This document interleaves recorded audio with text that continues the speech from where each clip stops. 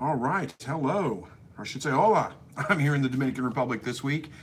Day later than usual. I'm not sure if anybody's going to be joining tonight because they're probably not looking for me. I couldn't get a video out last night because I was traveling. Usually, if you guys are new to this channel, these broadcasts go live every Thursday, 7 p.m. Central Time. But I am out of the country this week on business. Again, traveling yesterday, couldn't get a live broadcast out. Thought I'd jump on and try to do a quick one tonight. We'll see if anybody finds it. Looks like a couple of people have joined, so let me get set up here so I can answer the chats as they come in. Lighting's a little harsh, sorry about that. Just don't have my normal setup, my normal lights.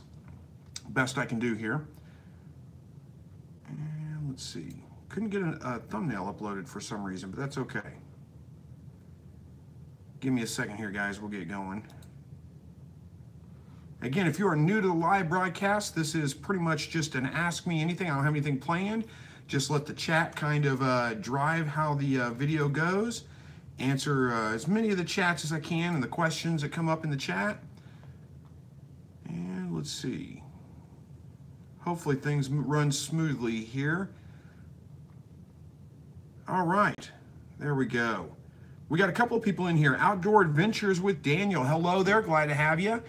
And oh boy, I can't hardly can't hardly pronounce your username. What is that? Verisite Artwork. Hopefully I got that right. Says, hi, love your channel. Well, thank you so much. I appreciate that. Joanne Thompson from San Antonio. Glad to have you here. Gabriel, YOLO, hello to you. And Robin, Real Truth, hello to you. And we got Margaret from Florida. I was in Miami, Florida yesterday, but only for about an hour. And didn't ever leave the airport. Actually ran from one plane to the next and barely got there in time. All right, so I got your name right. Verisite. I'm gonna have a hard time every time I see that. Verisite. All right, Outdoor Adventures with Daniel says, I just incubated some quail eggs and hatching rate was great. Fantastic, congratulations on your hatch. And hopefully, I'm glad to hear everything went well.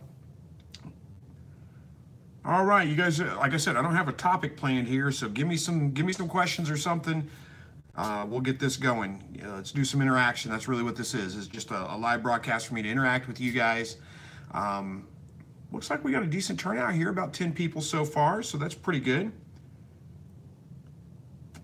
Have I ever tried raising other birds other than quail? Gabriel Hummer, no.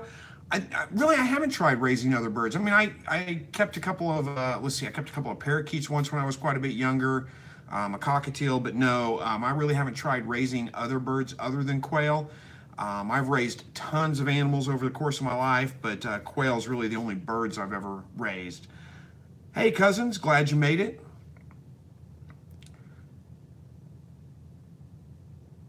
What kind of birds did you have in mind, Gabriel? Were you looking at something specific? Oh, Robin Real Truth wants to know, how is the garden going? Well, it's going so-so. Things are growing, but not doing great this year. I probably should have added a little bit more compost than I did. It's been so incredibly hot and dry. That's probably part of what's going on with it. But you know, it's doing okay. It's not bad.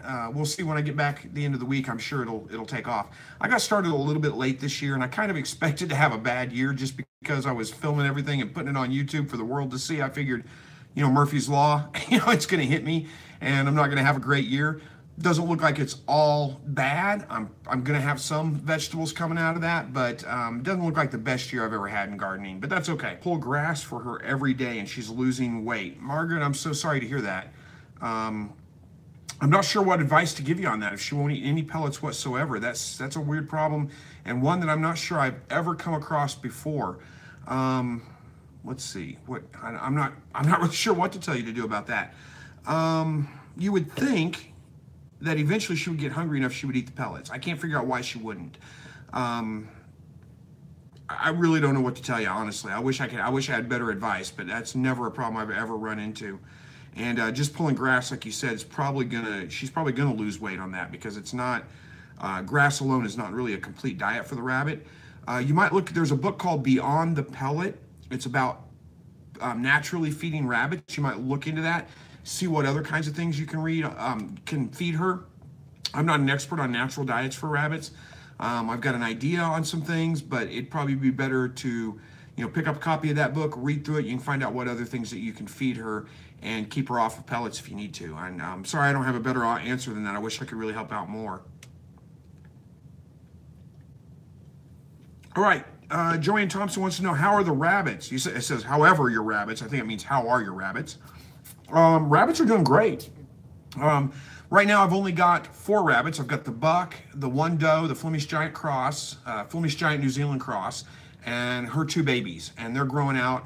They're growing out pretty slow, and she only had 2. I'm probably going to end up replacing her, but she's got such a great disposition. I'll probably find somebody that wants a pet rabbit. I think she'd make a good pet rabbit. But they're doing fine as far as, no problems in the heat. I mean, it's been incredibly hot in Southwest Missouri, 95 plus degrees every single day. And, of course, that is tough on the rabbits, but they seem to be doing okay. They're handling it fine. Keep them in the shade, make sure they always have water, and they seem to be doing just fine with it. So no breeding right now. I don't do any breeding during the hot parts of summer. I wait until the fall. So when the fall comes around, then I'll start breeding again. But right now, no breeding. All right. Harshman Hill smashed the like button. Well, thank you so much. I appreciate that. Kelly says, what? You made it for a broadcast? Yes, I did. I hope that you're having a great trip. We're in the DR. Thanks, Chris. Great to see you tonight. Well, Kelly, let's see. I am in Santiago de los Caballeros. Hopefully I pronounced that right. My Spanish is terrible. I'm working on learning Spanish, but I haven't made it very far. And, I don't know. It's tricky. People here, I thought I had a little bit better grasp on my Spanish till I got here. And, they talk so incredibly fast. Luckily, most of the people here at the hotel and, at work, they speak English. So it's not a huge issue. But so far the trip's good. It's a work trip. So I'm working during the day. I'll be going into the office a little bit tomorrow. And I'll have Sunday off. I don't know what I'm going to do because I got Sunday off. I'm in Santiago. I don't know where to go, what to do. I'm going to try to find maybe see if I can find a church that speaks English, go visit a church on Sunday morning or something. That might be kind of cool. But other than that, I don't have any plans. So I'll probably be sitting around the hotel all day Sunday. Who knows? Maybe I'll jump on again. But yeah, I made it on for a live broadcast. Didn't have anything else to do on a Friday night in Santiago. So we'll see. All right. Verasite. I think I got the name right again. Says, I'm in South Georgia, but looking to move further north. Any suggestions for a small farm? Well, as far as north, I got not many suggestions for you. I don't know. I'm in Southwest Missouri. The only places I've ever lived are Southwest Missouri and Texas. I wouldn't move to Texas. I mean, Texas is okay. Texas is nice. The town that I lived in Texas, great little town. It was Natchitoches, Texas. But it's hot. It's hot. It doesn't get any hotter in Southwest Missouri, but it gets hotter longer. It stays hotter longer parts of the year. So if you don't like winter, that's a great place to go. I'm kind of partial to Southwest Missouri, but that's home. That's where I grew up, born and raised, and I love the Ozarks. So I'm probably not the best person to give you suggestions on that. All right. Margaret says it's been 3 months. It's been 3 months since your rabbit stopped eating pellets. I am so sorry to hear that, Margaret. I wish I had better advice for you. That's kind of out of my area of expertise. I've never had that problem before. And you might check for teeth problems. See if maybe she's got some kind of tooth problem, an abscess in her mouth, or her teeth are overgrown or something like that. That could be an issue as to why she's not eating the pellets. That's my best suggestion, unfortunately. All right, Robin says southwestern North Carolina mountain area is awesome. Well, there you go. There's a good suggestion for you. All right, Beltran says, what happened to your rabbits? Make a video. Well, nothing really happened to the rabbits. I got rid of the red New Zealand I had because she was just aggressive as could be. I mean, super aggressive. You couldn't get your hand in the cage. She would jump at you and try to bite you, and she wasn't calming down. She had a litter of babies and didn't change her disposition whatsoever. So she's in the freezer right now. I'm going to be making sausage out of her probably sometime soon. So I'll make a video when that happens and give you guys an update on that. But as far as the other rabbits, nothing happened to them. They're doing just fine. All right. Hey, Chris, I have 2 males in separate cages. This is from Doug. Hey, Chris, I have 2 males in separate cages, and they both beat up one of the females. they were paired with. Could I cull these two? I have a bachelor pad with smaller males I could swap them with. You could do that, Doug. Now, here, let me make sure I got this right. You had two males in separate cages, and they both beat up one of their females they were paired with. I'm not sure how many females you had, and when you say beat up, do you mean just like pulled the feathers off the back of their head? Because if that's the case, that's common breeding behavior. That's not beating the females up. Make sure you have the right male to female ratio, though. Really about like 1 to 4, 1 to 5. So one rooster for every 4 to 5 hens is about as low as you want to go. If you go any lower than that, the females are going to get overbred and beat up, so to speak. So those would be the things I would suggest. But yes, if you want to call them out and replace them with other roosters, you can do that. Chances are you're going to have the same issues all over again, though, if that's what we're talking about. So hopefully that kind of answers that question, makes sense. If not, leave me another comment. We'll go in further if we need to. All right, Harshman Hill says, do you breed the buck to the babies? You can do that. I don't typically do that because I'm not breeding for, I don't worry about breeding for future breeders. I just buy breeders when I need them. Rabbits are fairly plentiful in my area, so I look for a good breeder that's already doing it, let them do all the work, and then I just buy one whenever I need one. But yes, you can definitely breed a buck to a doe from the doe's daughter. You can breed father to daughter. You can breed mother to son. You don't want to breed brother and sister. So, and actually that can strengthen your genetics a little bit. That line breeding is what they call, brings out the good genetics. Now over time, it can introduce some bad, have to bring some more blood again. But you know, 1 generation, 2 generations, it's fine. You're gonna probably see some good results from that. So yes, it can be done. Lots of people do it on a regular basis. It's not something that I do. I don't do it because I'm not breeding for, I don't keep babies for future breeders. Hopefully that makes sense. All right. Excuse me. Grab a drink here real quick. And I have got Coca-Cola. And I can read some of the Spanish on here. Sabor original, I think that means original flavor. And Desde 1886 means since 1886. And there's a whole bunch, I think. All right, where are we at here? He says, do you usually get all your baby rabbits sold pretty fast, or how old are the rabbits by the time you usually get them all sold? Also in your area, are rabbits in high demand? Okay, good questions. I don't usually sell my baby rabbits, honestly. They serve, my rabbits are meat for my family. So I don't raise rabbits to sell. If I do sell them, I don't usually sell a whole lot of them because I'm raising meat rabbits. So it's not like high demand for those. If you want to get into selling rabbits, you're probably, and it depends on your area, but you're probably better off with, you know, some of the pet breeds like lops or lion heads or some of those kinds of things. Those will sell. Those are pretty decent demand, I should say, around here anyway. Around here, well, around home. I'm not at home, but you know what I mean when I say around here. Those are pretty decent demand, but you know, as far as meat rabbits go, especially when you do mixed breeds, it's not super high demand. You will get people that will buy some from me. Well, I get them in my area, some from time to time, but there's enough rabbits out there that it's not a great market for me. There's just too many other people doing it and doing it seriously to where they have, you know, pedigree bloodlines and, you know, purebred rabbits and those kinds of things. So it's not really high enough, a good enough market for me to sell on a regular basis, if that makes sense. All right. Aviario, hopefully I pronounced your name right. Aviario Del Rey, hello to you. Barbecue Park Farming, what's up to you?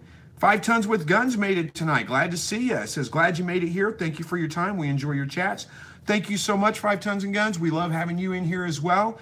Glad to see that you made it. Sorry for you know, short notice and not on the regular time frame, but I'm glad so many of you guys found it anyway and went ahead and decided to join tonight. All right, Kelly says, I agree with Robin Real Truth. Western North Carolina is great. The elevation keeps the summers cooler and the winters are still very mild. Nice, sounds like a nice place. I may have to visit someday. Edward Leffler says, did you ever tube down that river down where you live with the caves you can canoe into? Okay, well, I'm not much of an inner tuber. I'm a fisherman, and I do own a couple of kayaks and a canoe, so I spend a lot of time canoeing, a lot of time kayaking at Jack's Fork River, and it's in Eminence, Missouri. There's a cave called Cave Springs, and you can actually canoe right into the cave. It's a pretty cool creek. It's supposed to be one of the most scenic, if not the most scenic rivers in Missouri. It is a beautiful place. Love that. It's a little bit far from home, but I've been there. Great place. Love it. All right. Robin says, Kelly, what county are you in? We're in Cherokee. I guess that's North Carolina, Cherokee, North Carolina. When you say Cherokee, I think, Oklahoma or Kansas, but that's probably not what you're talking about. Doug Yergin says, 1 male per cage and 4 females. 1 female has lost skin down the skull, covered in blood. Yeah, that sounds pretty aggressive. And the other cage, the female was down to muscle and damaged eye. Now they're 1 male to 2 females. Boy, that's unfortunate, Doug. It does sound like you have some overly aggressive males. I'm curious if those are all white birds or if they're natural colored birds. I've found that, in my experience anyway, the all white birds, even the silvers, tend to be a little bit more aggressive than the natural colors, like the pharaohs or the meat makers. Those tend to be a little bit mellower birds. But yeah, it does sound like you have a couple of really aggressive males. If you're sure it's not the hens. Sometimes the hens can become very aggressive, and they're the ones that are doing that damage. In fact, that seems to be more frequent than it is the males. But see if you can watch, see if you can find out which bird it is. And yeah, definitely, if you can call those birds out, avoid passing those aggressive genes on. I would look at calling them out, replacing the males if you need to. All right, Kelly Dragstrom, there we go, I think I got that right, says she's in Mecklenburg, there we go, city of Charlotte. Lived in Jackson County years ago. I loved it there, but jobs were tough to come by. Knock your socks off, Mountain Beauty and waterfalls. Oh, the waterfalls, okay. Sounds like a nice place. I may have to visit there someday. Brutus Bear says, Doug, you might want to call out the males that are hostile and keep the more submissive males and consider more females per males. Yep, that's a good suggestion. That's the same thing I would suggest as well. Adams TV says, what do you feed your quails and where do you buy the feed and how much did it cost? Okay, that's a whole bunch of questions all in one, but I'll see if I can get them all answered and not get distracted. I feed all my birds Game Bird Starter. It's a 30% protein Game Bird Starter. And I would look for, something 25% or over in protein, but it's just a crumble feed. I don't do anything special for the babies. There's no grinding it up or any of that kind of stuff. It just comes right out of the bag into the brooder. The babies start eating it day one. And I feed that to all my birds from the time they come out of the egg till the time that they die. That's what they eat. I get it from a local feed mill. It's a feed store in Neosho, Missouri. It's about 20 miles away from my home. So I go and buy 4 or 5 bags at a time. And it costs me $13 a bag. And that's the reason I go to that store and buy it. I can get it 27% protein, I think it is, which is perfectly fine. I can get that from a little bit closer, but it's like $17 or $18 a bag. So I drive the extra to save $5 a bag and just buy more bags at a time. Hopefully that answers all those questions. I think I got them all. All right. Robin's answering, talking back about North Carolina. And Doug says, thank you, Brutus, for your comments. Good. Yes, the worst male is white. He is covered in the other's blood. And the other male was a pharaoh, also had blood on his beak. The white male is with 2 silver females and is calm. He says, I put the pharaoh in the bachelor pad and swapped him with a fawn male. All birds are calm now, but not sure why this happened. Still new to quails. Thanks for the advice, guys. Well, Doug, it's a pretty common thing with quails, especially when you first introduce birds to each other. If they didn't, grow up in the brooder all together, so if they're brand new to each other as adults and in the breeding cycle, then they do tend to get very aggressive with each other. They kind of establish a pecking order. Usually, that will kind of smooth out and it will calm down, but they can do quite a bit of damage before that happens. So that could be one of the reasons it happened. A lot of the times too, especially when your males first hit breeding age, when they get 8 to 10 weeks old and they start crowing like crazy and they just first start that breeding, they get a little bit over aggressive with their breeding as well. And they'll usually calm down, but they may do a little bit of damage in the meantime. So that's more than likely one of those two issues is, why. Okay, I see you're saying now they're all from the same brooder. So that, apparently that's not the issue. They're not new to each other. So that's not what caused it. It could just be I mean, sometimes you just get birds that are just aggressive and more aggressive than others. And quail can be that way. Excuse me. Lots of breeders out there will call it the first sign of aggression, and they do that pretty strictly, and they end up with very calm birds over the long run. But it is a pretty common thing with quail. They tend to be just kind of more aggressive birds than other birds. Again, usually keeping them together like that, they'll calm down a little bit.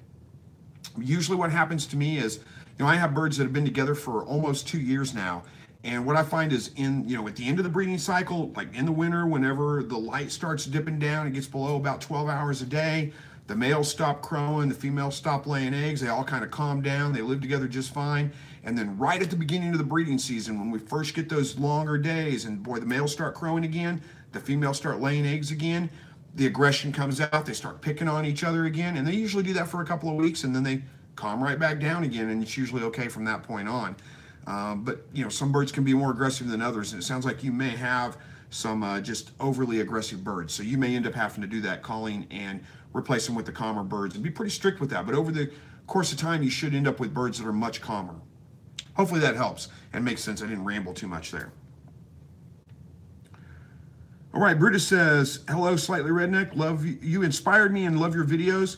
Can you tell us about using free feed like flies and grubs? Thanks, you're great. Okay, well, Brutus, I don't do that, not hardcore anyway. I do, I get black soldier flies under my hutches sometimes, which is fantastic, by the way, when that happens, because they tend to drive the other flies off, and they do a great job of composting all the manure under the hutches. But I will harvest some of those grubs occasionally and feed them to the birds. But yeah, if you want to set up something like that, now keep in mind, quail need more than just grubs and, fly larvae, which would be maggots, I guess, let me say it. They need more than just that to survive. They also do need some seeds, some nuts, and those kinds of things. Not nuts, I guess, but seeds and, grass and some of those kinds of things in their diet to have a complete diet. And that's really kind of beyond the scope of things that I can really speak to intelligently. I'd have to do a lot more studying to figure out exactly what ratios of each thing that you would need to feed them. I think if you were going to, cage them on the ground in like a big aviary style cage, you might be able to set up like something that would draw the flies in, and like a maggot feeder, like a bucket with something that has a place where the maggots can drop out. And I'm sure that they would appreciate that, but that would be a supplement to what else they're eating. So hopefully that kind of makes sense. But there's no problem with collecting some of that stuff and feeding it to them on a regular basis. You will need to make sure that if you are feeding them other than just like quail feed, if you're feeding them bugs and things like that, you need to give them some kind of grit that they can eat and help to grind that stuff up. If they're eating just nothing but, for the most part, quail feed, you don't need to worry about it. It's not a problem. But they do need some kind of grit. They're just like chickens. If they're eating anything besides that, they're going to need some kind of grit. So hopefully that kind of helps. All right, Gappy Happy says, hi, you helped me a lot with my rabbits. Well, great, I'm glad to hear that. Thanks for letting me know that. I appreciate that you guys are finding the videos helpful and you're finding my advice helpful, and that I can be of some help to you anyway.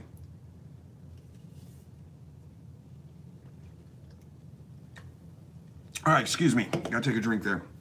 All right, Edward Leffler says, how bad is poop on quail eggs before incubating? Well, it depends on what you're talking about. A little bit's not that big of a deal, but lots of it on one, yeah, I probably would avoid trying to incubate that one. Brush it off if you can. Try not to scrub the egg with water or anything. You don't want to wash them because you'll wash off the bloom and you can open them up for bacterial infection. But you can, if it's really bad, just discard that egg, get another one. One way that you can keep your eggs from being so dirty is put a sand box of some kind. Just put a box with some sand in it that the quail can get in. They'll get in there, they'll kick all that sand out of there pretty quick, but they usually will lay their eggs in that sand, and they're like the cleanest eggs ever. It's incredible how clean the eggs are when they lay their eggs in that sand for some reason. So that's one thing that you can do. And even if you can't keep sand in there all the time, right before you start incubating, you might stick a sandbox in there and let them lay their eggs in the sand and collect all those eggs for incubating, because they will kick the sand out pretty quick unless you can find a way to keep it all in. I haven't been successful with that yet. All right, Kelly says, Chris, what is a good way to bring in different breeding stock for quail? Is there any way to bring in males from distant and separate lines and verify the lines are distant? Kelly, I'm not sure that there's any way that you can absolutely verify that the lines are completely distant from each other, but I don't know that it's a big concern either, unless you're dealing with, a very small group of people that all got their eggs from the same place or all got their quail from the exact same place. The likelihood that it's that close genetically to cause problems is probably pretty slim to none. As far as introducing those birds into your existing flock, there are a couple of things you can do. Try to do it in the off season when they're not breeding. That will help.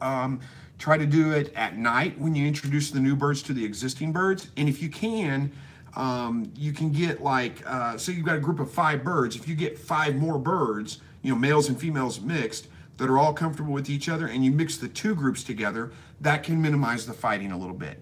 A couple other things you might do is if you have the ability to put a cage inside your cage, so like a smaller cage inside your bigger cage with all your other birds in it, you can do that and leave that bird in that cage chance to kind of get used to it, so to speak, without actually being able to get to the bird, to pick on it, to single it out and beat it up. So that might help as well.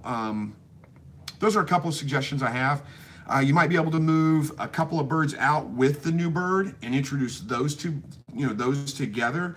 Give them a week or 2 to get acclimated to each other, and then move all those birds back into your hutch with your other birds, and that would kind of be like all new birds to that hutch again. And there probably will be a little bit of picking on each other, but again, it will usually smooth out pretty quick. So hopefully that kind of helps with that. All right. Pablo says, hi Chris, is oatmeal good for baby quails, grinding it up in a blender with their regular feed? I guess oatmeal's okay for them. I don't know that it's, particularly any better than the regular feed if it's really worth putting the extra effort in for it. But there's no problem with feeding it to them if you want to feed them some oatmeal. And again, we're talking about like steel cut oats, not, you don't want to use like instant oats. You would want to use, and nothing with sugar in it, nothing like that, just good old fashioned steel cut oats. That would be what you would want to feed. But again, I don't know that it's really worth going through the extra effort to add it. It doesn't really add a lot to the diet. Honestly, if you're getting a good game bird starter, that's everything they need. You don't need to add anything to it. All right, Edward says, any recommendations on U.S. quail farms that sell eggs and meat? Well, Edward, I don't know any that sell meat, but I do know Kansas City Quail Farms is one I always recommend. Great selection of birds. You can buy eggs, numerous different kinds. I always recommend either the meat makers or the jumbo pharaohs. Those are my favorites if you're looking for good egg production and meat production. And they ship eggs just about anywhere in the country. They don't ship birds, and I would avoid shipping birds, honestly. Chicks especially don't really ship too well. The next thing I was going to recommend, looks like Kelly already recommended, is asking anyway, Chicky Poppins Hatchery. I know that he's on this channel quite frequently and in the chat quite frequently. Don't think he's here tonight, but he does sell quail eggs, and I think he ships birds as well. So you might check into that. All right, where is Chicky Poppins when I ask that type of, yeah, good question, Kelly. All right, Miles Reed says, how many quail do you keep for eggs and meat? Well, let's see. I don't know how many birds I have right now. I probably have about 50 some odd grow outs in a hutch right now by themselves. As far as my breeders go, I've got a set of silvers. I think there's 15 birds in there, and I think I've got about 20 pharaohs. And that really provides more eggs than I can eat. And I can easily collect 100 eggs to incubate at one time. So that's plenty for me. It's actually probably too many, honestly. But it works out pretty well for me. I don't think I have seen Chicky Poppins for a couple of weeks. He's usually in the live broadcast, but I don't think he was here last week. I think he was here the week before, though. He'll be back. No need to worry. All right, what else we going on? How long have we been going here? 30 minutes, not bad. You guys kept me talking for quite a while. All right, let's see what else is going on. One thing, I will give you guys updates if you've been following along in the live broadcasts. Last week I asked for prayer requests for my wife because she was going through just some medical testing and things. So praise God. It doesn't look like anything super serious. She does have to have some surgery. She's going to be off work for about 4 weeks, but it doesn't look like anything life-threatening or anything like that.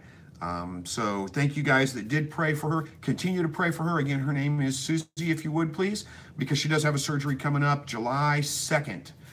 So it's coming up pretty soon, and she's going to be off work for a couple of weeks, so probably about 4 weeks recovering. So that's what's going on in life right now. But again, God is good. He watches over us, and He will get us through this. And I appreciate you guys for helping out with the prayers. All right. Where are we at here? Got a couple of questions here. Edward says, do you ever eat raw quail eggs for eggs good health? Okay, for good health. And if you guys don't know what he's talking about, I did a video quite a while back, honestly, about the health benefits of quail eggs. There's quite a few pretty reliable, I guess I would say reliable, pretty well done scientific studies on the health benefits of quail eggs, where, I mean, they're used to treat all kinds of things from diabetes to eczema. Pretty good results that they really get from them. But to get that, you have to eat them raw. And there's a specific amount, like, a couple a day. I don't personally eat them raw.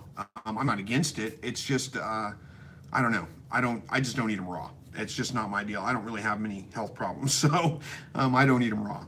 And the Bluesman is here. Good to see you. Brutus says, God bless you and your wife. Prayers on the way. Thank you so much, Brutus. I appreciate that.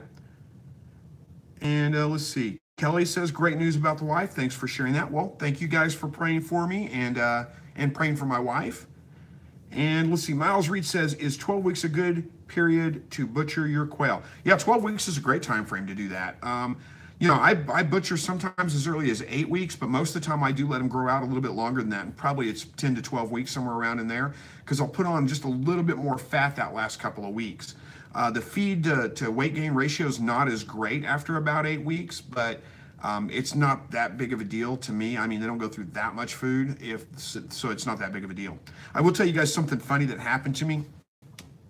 I put all my birds in all the grow outs, the babies that were 2 weeks old. I put them out of the grow out pen, and I had one of my standard like Tupperware container feeders. So it's it's not Tupperware, it's like Glad brand, family size, whatever.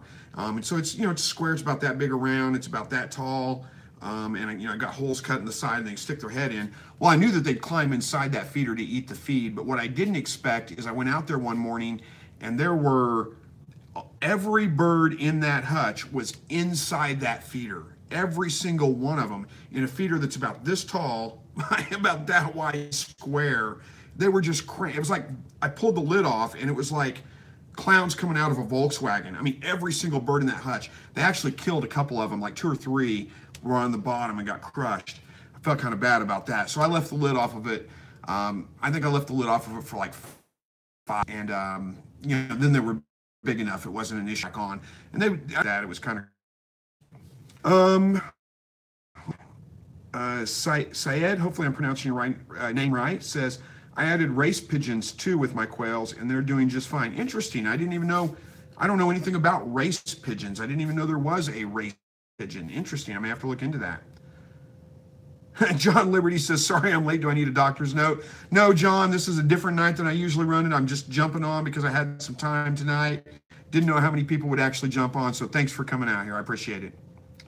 Getting started on homesteading. Hello to you. Glad you made it to the live broadcast. Thanks for joining. Syed says, by the way, can quails and pigeons eat popcorn raw? I suppose they probably can eat it, but corn's really a great feed. I wouldn't feed it to my birds. I would avoid it. Most things can't really digest corn completely. Pretty much everything loves corn and will eat it because it's pretty high sugar content. It's got, anyway, but most things can't digest it completely, including humans. It's, the husk is wood, basically. Not wood, but it's pretty similar. So it's not really the best thing to feed your birds, probably. And I'm not a nutritional expert. That's my opinion on it. Look it up. You might find different advice on it, but I would avoid it. All right. Kelly says, I keep waiting to hear the Bluesman's entry music. Some things are so technically difficult. I bet he's got pretty good theme music.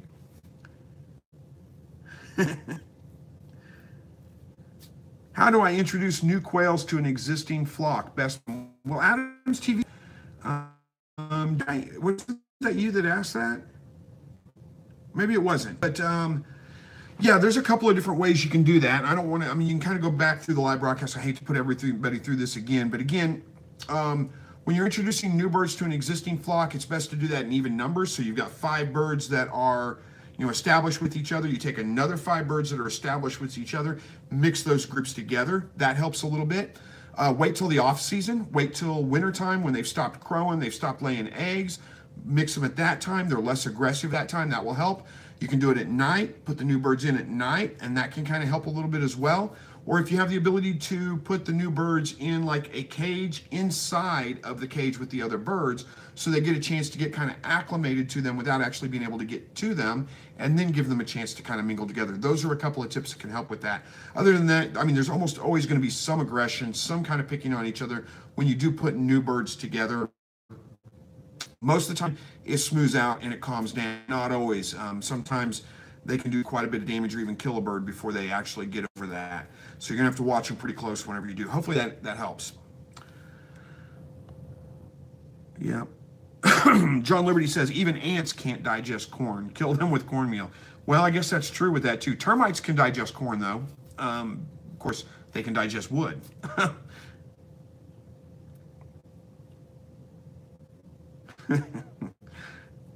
Hello, Boris. Glad to see you. The Bluesist says, my new song, This Ain't a Love Song by Bobby Lee Stabler is on here. I don't know that. I don't know that song. I'll have to look it up. Getting started on homestead, he says, my 5-month-old chickens just started laying today. Congratulations. I know that's like the difficult thing in the world is waiting for your new birds to start laying. And then they start laying, you're so excited, and then before you know it, you got more eggs than you can eat. So congratulations on the new birds laying eggs, though. Glad to hear it. Michelle Richards, glad to see you, says, hi, Chris, quick question. I got my 1602 in incubator, but it was reading 110 degree temp. Can you just turn the thermostat to degrees to make it go to a cooler temp? It's hard and as it has no digital reading. Yeah, I don't have one of those incubators, so I can't give you a firsthand knowledge on it, but you should be able to look it up real quick on how to adjust that temperature on that. But yeah, you should be able to turn it to adjust it down just a little bit. Not having a digital, I mean, yes, it's definitely more convenient with, you know, being able to read a digital display, but it's not a bad thing. Generally, non-digital is more accurate, so don't stress about that. I wish I could give you the specifics on it, but I don't own one of those incubators to tell you exactly what to turn, where to do that. But I'm almost positive there's probably a good YouTube video somebody else has, you know, done. And if I knew where that was, I would recommend that for you. But you may have to kind of look that one up on your own, unfortunately. Sorry. John Liberty says, my Sarama, I'm not sure how to pronounce that, hen started laying yesterday, found 2 eggs in her cage today, and one of my mutt hens just went broody today. Perfect timing. Well, if you're looking for a chick to hatch her own eggs, it is perfect timing. And it's perfect timing that the other one started laying just the same time the other one went broody. So congratulations there. Glad to hear it. Glad to hear things are working well.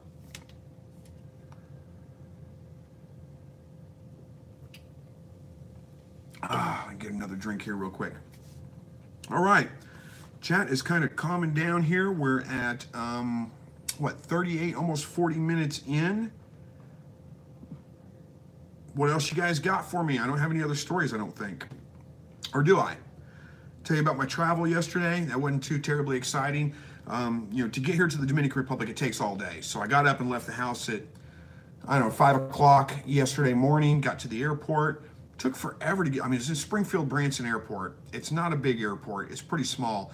I was the 3rd one in line checking in because it wouldn't let me check in online for some reason. And it took like at least 45 minutes or more to get checked in because they were having some kind of problem with the people in front of me. Once I got up to the counter, it took like just a minute. It was just like, show my passport, we're done, no problem. But I just barely made it to my flight on time. I got there just as they were boarding, and I was there an hour and a half early. It was crazy. But anyway, so no major problems there. Got to Dallas, because I go from Springfield to Dallas.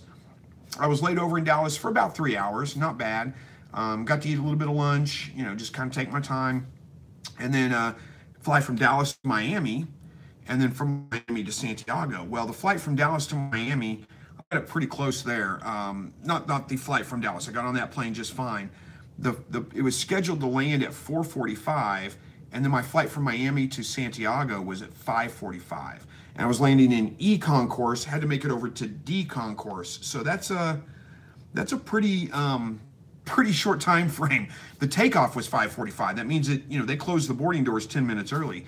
So I had less than an hour to get off the plane and get to the other gate to get on the plane to get to Santiago. So I was rushing pretty hard. Luckily, they postponed that plane till 6 o'clock, so it made it a little bit easier. But I still barely made it. I mean, I rushed across the airport, used the restroom real quick, came right out of the restroom, got right on the plane. There was no time to waste. But I made it here just fine. So anyway, that's my story about travel yesterday, just to fill some time for a minute. All right, where are we at here? The Bluesman says, I sing mostly country, but have been known to throw some red house. I don't know what red house means exactly, but interesting. Brutus says, I'm getting ready to move my quail out to the grow out house and to introduce them to the outside cage. What are some of the problems I might expect? Brutus, I usually have very little problems with that. I move during the summertime. I generally move my birds when they're about 2 to 2.5 weeks old, fully feathered out. I wean them off the heat lamp for a day or two. They go no heat for a couple of days, and then they go right out to the brooder box. The only things you may have to watch for is if there is, check your weather.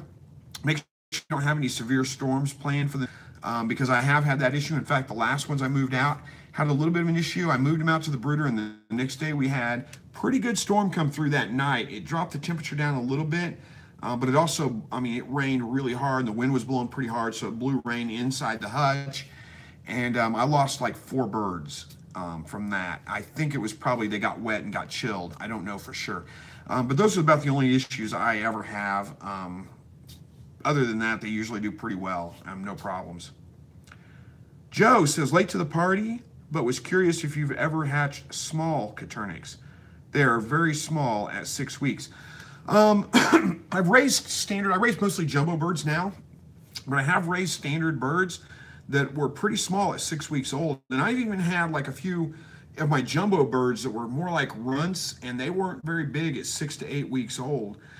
So yeah, that's happened to me from time to time as well. Selective breeding can kind of, you call out your smaller birds, you make your bigger ones your breeders, and those are the only ones you breed, and you do that generation after, generation for a while. That can lead to bigger birds that grow a little bit faster. And also looking at making, just save yourself the effort and buy some, good bloodlines of a jumbo meat maker, a jumbo farrow, something like that, that's proven out from a reputable breeder, because they've already done that work. And you're usually going to end up with birds that are much bigger and grow much bigger. But yeah, it's happened to me before too. All right, Michelle Richards says, it has a screw and no numbers to tell what temp is, so it's a glass thermometer. I have to read that came with it. It was in Miami, or I was in Miami yesterday, went to collect my peahen eggs, got 24 eggs and ordered 18. Nice. Congratulations on that. I was in Miami yesterday too, but again, only for an hour. And I never left the airport, so that wasn't a chance for us to meet up or anything, but that would be nice. If I ever have a long layover in Miami, I'll let you guys know the next time I travel, and if anybody's in Miami, or Dallas for that matter, because I usually fly into Dallas, and wants to meet up and sit down and chat for a few minutes while I'm waiting on a plane, then we can definitely do that. On my way back, let's see, I fly back next Friday, and I leave out here like 8 o'clock in the morning. I'll fly into Miami. I don't think I'll have more than just like an hour or two layover. Who knows? We'll see. And then I go from Miami to Chicago, and I'm in Chicago for 3 or 4 hours, and then to Springfield, Missouri, and home.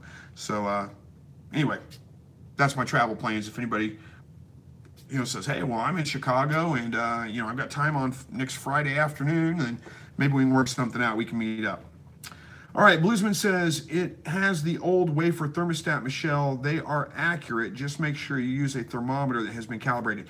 Good suggestion on that one, Bluesman. I was going to suggest the same thing, get it calibrated. Actually, I would suggest getting 2 calibrated non-digital thermometers. Calibrate them yourself. It's not hard to do.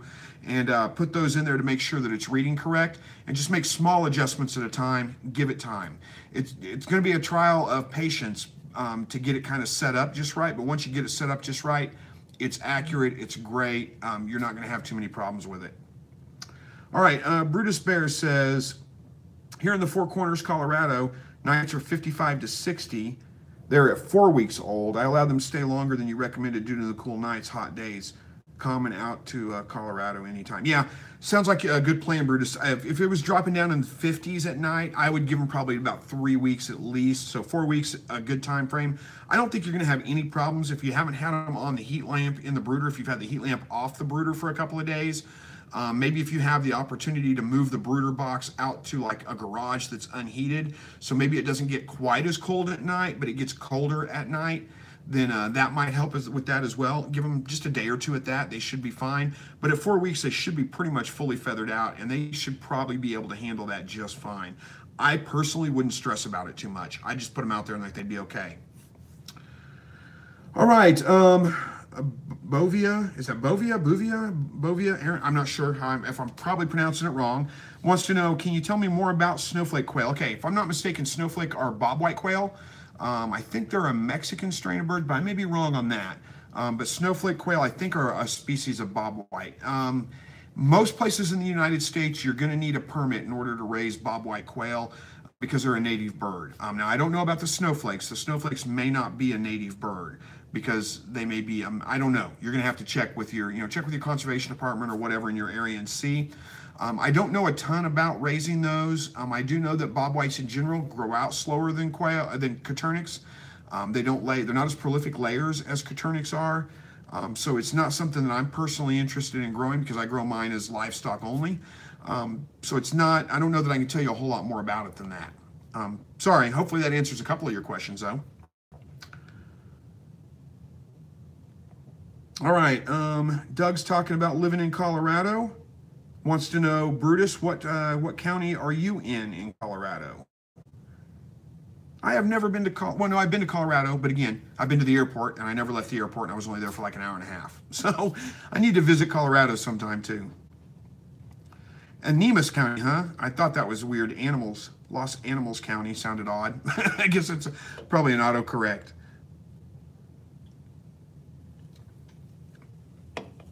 All right, we got chat slowing down here. Where are we at? 20 minutes till the top of the hour. Yeah, about 13 minutes or so before we get this ended. All right, Brutus says, you really helped me to make the right decisions, and this live feed quail some anxiety. Thanks.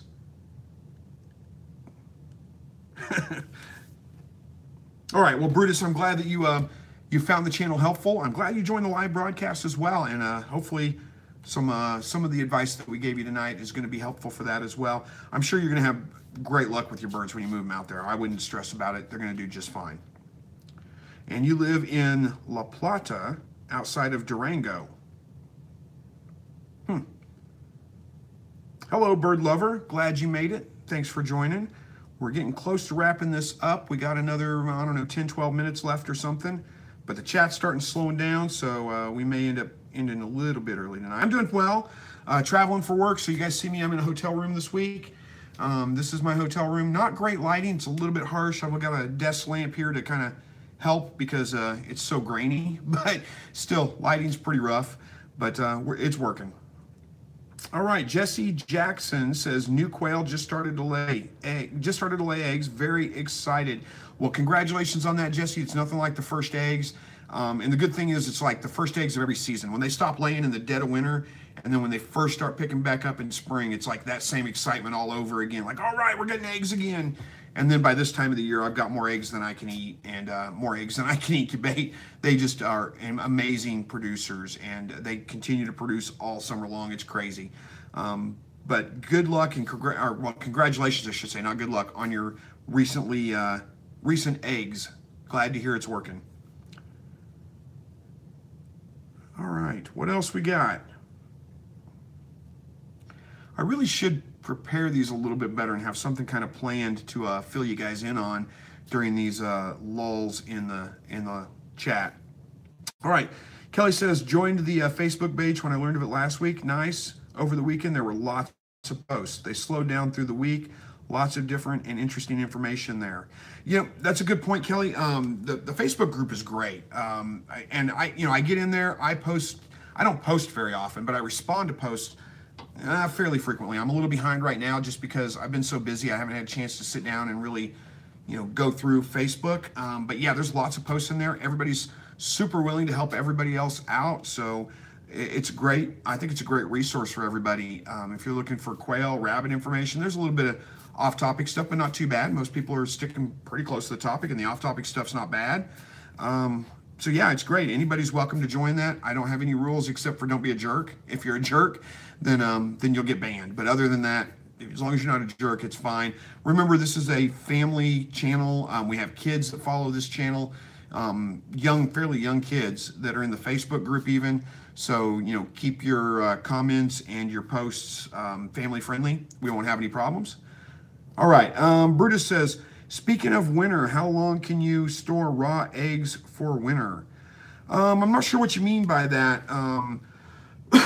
Brutus, do you mean for eating or for hatching?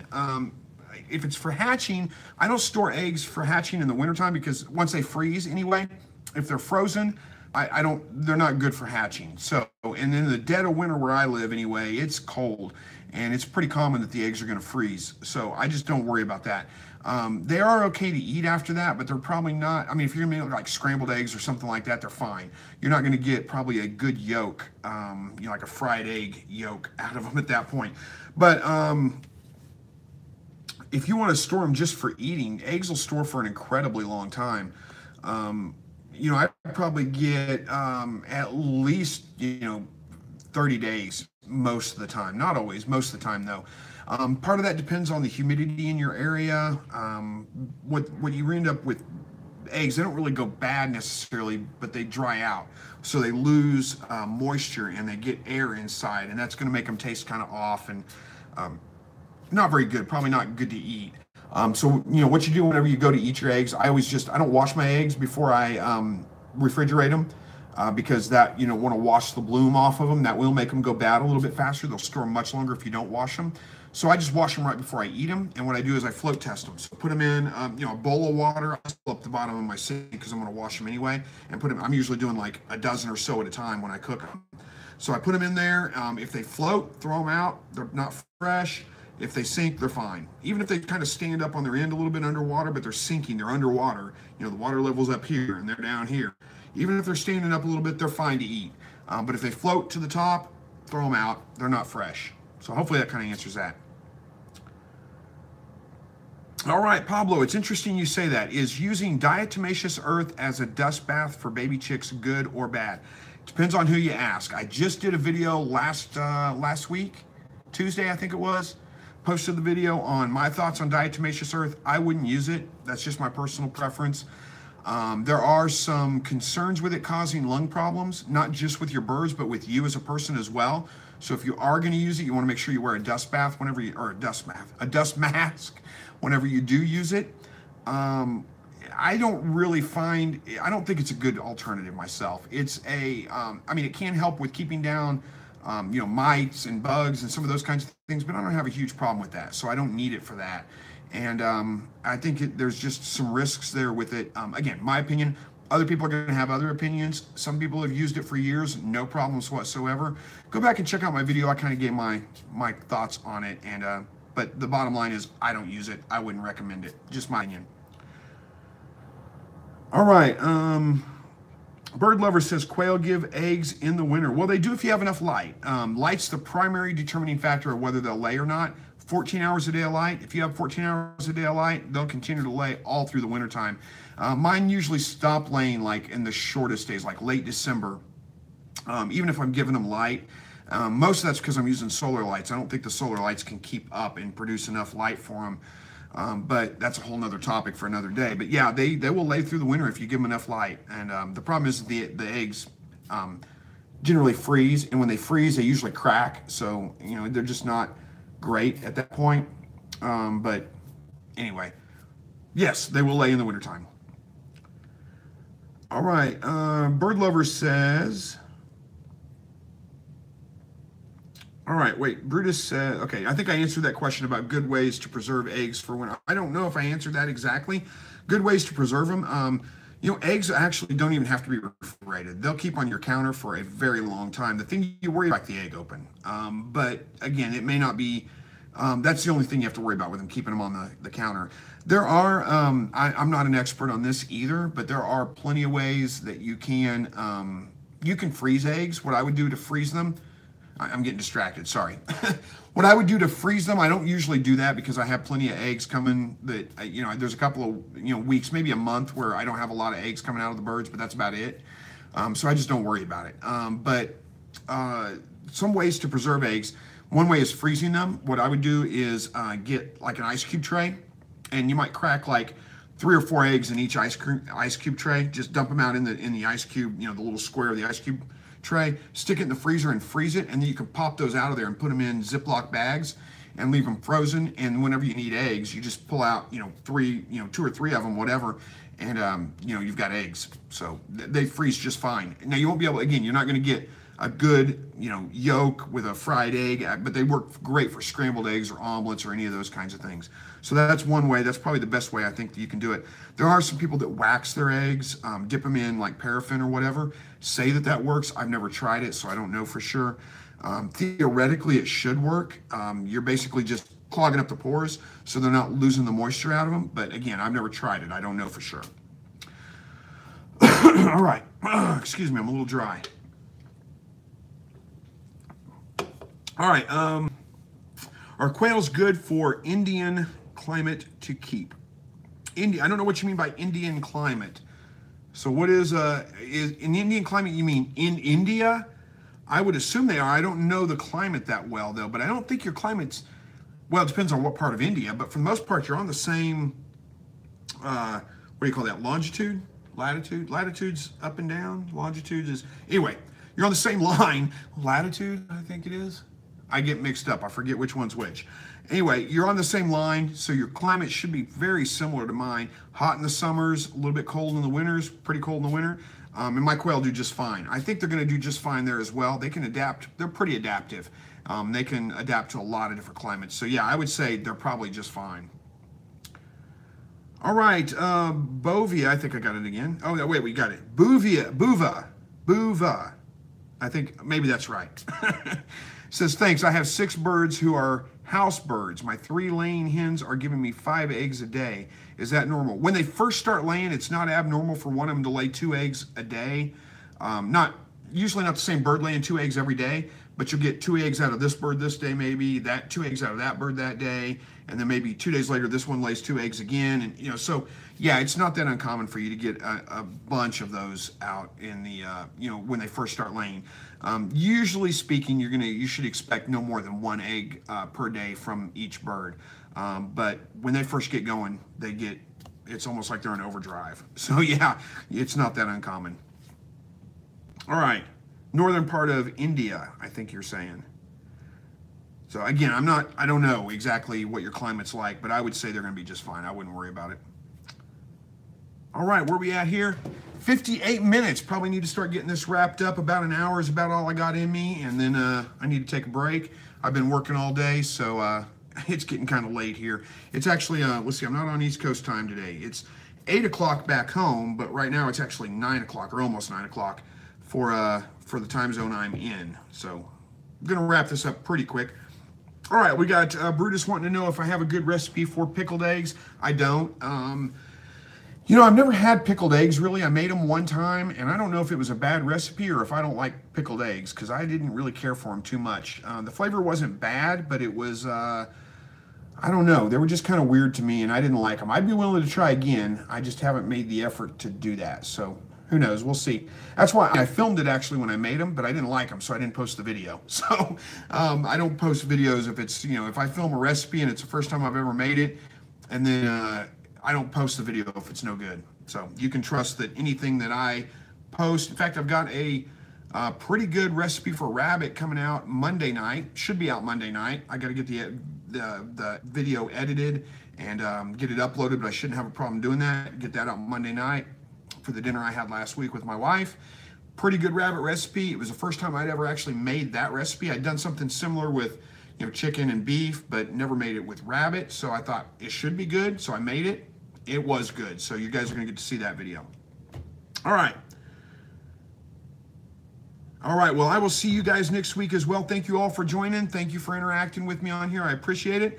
Let me know if there's things that you want to see in future videos get addressed. I'm always looking for topic ideas. And I'm glad you guys can make it to the videos. YouTube, Brutus, I appreciate you making it in here. All right, guys, I'm going to let you get off here tonight. And everybody have a great night. And wish me luck, because I'm in a country and a city, actually, with 6 million people, and most of them don't speak English. And I don't speak Spanish very well, so wish me luck with that. It'll be fine. There's enough English-speaking people here. Take care, guys. Have a great night. We will see you probably next week. I should be good. Regular time, Thursday, 7 o'clock Central. That's what I'm planning on anyway. We'll see if it holds up. So thank you very much. Have a great night. We will see you guys next week. Take care.